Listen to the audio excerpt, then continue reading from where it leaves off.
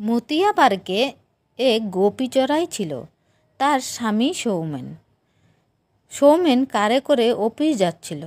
সেই সময় কারের ব্রেক ফেল হওয়ায় পাথরে ধাক্কা মারে। তখন সৌমেন মারা যায়। সৌমেনের মৃত্যুর পর গোপী খুব উদাস হয়ে পড়ে। সেই সময় বুলবুল গোপীকে দেখে বলে, চিন্তা করিস না গোপী, জানি তোর সৌমেনকে ভুলতে কষ্ট হবে, কিন্তু তোর নিজের কথা ভেবে ওকে ভুলতে হবে। তাতে তোকে আমি খুব ভালো ছেলে দেখে বিয়ে দেব, তুই কাঁদিস না। এরপর কিছুদিন পর মহেশের সাথে দেখা হয়। তারপর মহেশের সাথে গোপীর বিয়ে হয়। তাতে গোপীর সুখ হলো না।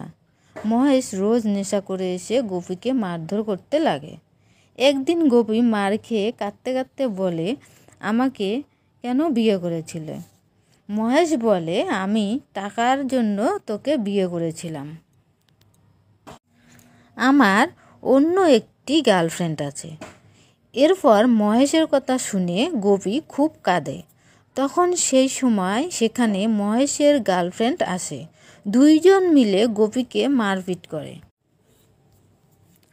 গোপী বুলবুলকে সব ফোনে বলে দেয়।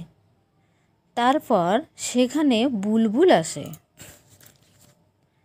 মহেশকে গালাগালি দিয়ে গোপীকে সেখান থেকে নিয়ে যায় আগের স্বামী সৌমেনের বাড়ি। কিছুদিনের মধ্যে গোপীর মহেশের সাথে ডিভোর্স হয়ে যায়।